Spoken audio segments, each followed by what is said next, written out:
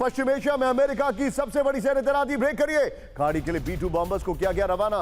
Breaking और shot. High alert पर सबसे आधुनिक फाइटर जेट F-35। ये देखिए एरियल रिफ्यूजिंग टैंकर्स और कॉम्बैट सपोर्ट एसेट तैनात किए गए। ब्रेकिंग और शॉट विजय। हाल के दिनों की अमेरिका की सबसे आक्रामक घेराबंदी चल रही है। ये देखिए जरा वीडियो की पर आइए विजय, पहले वाली ब्रेकिंग और शॉट बगल में दिखाइएगा जरा।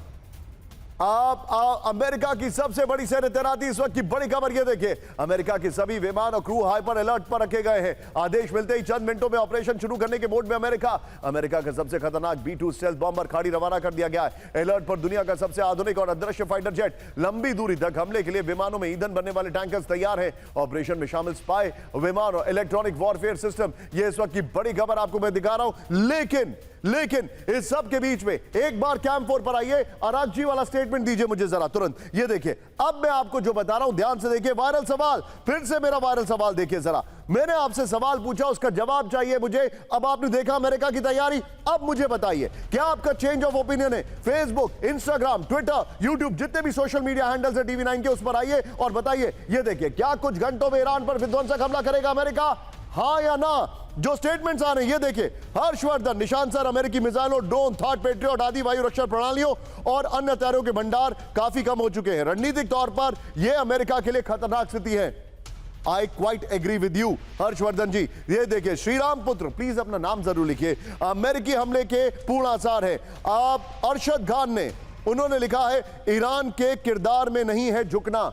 मैं आपकी इस बात से सहमत हूं। सादिक खान, हां क्योंकि ट्रंप का धैर्य खत्म हो रहा है। इतिया खान, इतना पिटने के बाद भी अच्छा नशा नहीं उतरा अमेरिका का। चलिए आपका पर्सनल ओपिनियन है। जुनैद ने कहा है सर अमेरिका हमला करेगा फिर बहुत बड़ा फ्यूल क्राइसिस आ जाएगा। जुनैद मैं आपकी बात से सहमत हूं, हालांकि भारत इसके ऑल्टरनेट तैयार कर रहा है। ये देखिए जरा आगे आइए। करणदीप सिंह कह रहे हैं नहीं। करणदीप जी शायद आपको ओपिनियन चेंज हो, जो मैंने अभी तक खबरें बताई हैं। आगे देखिए तालिब खान कह रहे हैं हां, अभय तिवारी कह रहे हैं हां, गौरव जोशी कह रहे हैं हां। हर्षवर्धन जी ने जो बताया उनका, यह हर्षवर्धन जी ने एक और लाइन लिखी है, ईरान को कम मत आकिए, पीछे से रूस और चीन भी साथ आएंगे। निखिल गुप्ता कह रहे हैं हां, अमेरिकी हमले के पूर्ण आसार हैं। ये एक और सज्जन ने कहा है। गौरव जोशी कह रहे हैं हां, अशोक जी कह रहे हैं नो, फिर अभय तिवारी हां, विकास गोयल यस, साहिबान गिल यस यस यस। समझ गए भाई साहब, एक ही बार यस में समझ गए थे हम।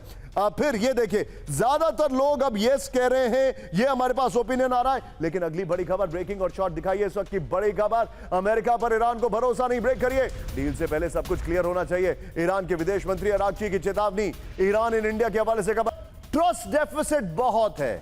अमेरिका ने दोनों बार बातचीत के दौरान हमला किया है, उसमें कौन यकीन करेगा? प्लीज बताइए सर मुझे। जी बिल्कुल निशान, देखिए अरागची कई बार बोल चुके हैं और उसमें सच्चाई है कि ट्रंप जिस ढंग से पहले बातचीत की बात करते हैं, और बातचीत करते करते, इससे पहले भी बातचीत हो रही थी ओमान के माध्यम से, लेकिन उसके बाद उन्होंने सडनली उस पर आक्रमण करने का निर्णय लिया। उसके बाद जिस ढंग से उनके ऑब्जेक्टिव्स चेंज होते रहते हैं कि कभी वो कोई स्टेटमेंट देते हैं फिर उस पर बदल जाते हैं, तो वैसे में इससे पहले भी एक साल पहले जो आक्रमण होता उसमें ट्रंप ने बताया था कि उनका ऑब्जेक्टिव जो था अचीव हो चुका है, न्यूक्लियर जो डेवलपमेंट है उनको रोक दिया गया, लेकिन उसके बाद फिर से एक साल बाद उनको आक्रमण करना पड़ता है। और फिर जिस इशू पे अभी जो इशू चल रहा है, दोनों में जो डेडलॉक का सिचुएशन है, एक हॉर्मुज का इशू है और एक न्यूक्लियर इशू, और तीसरा जो ईरान पे सैंक्शन हटाने की बात है।